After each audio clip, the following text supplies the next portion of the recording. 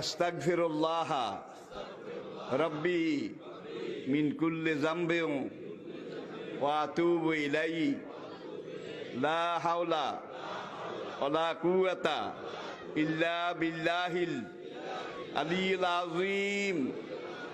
তাওবা ইয়া আল্লাহ, তাওবা ইয়া আল্লাহ, তাওবা ইয়া আল্লাহ, তাওবা ইয়া রাব্বি, লা ইলাহা ইল্লাল্লাহু মুহাম্মাদুর রাসূলুল্লাহ।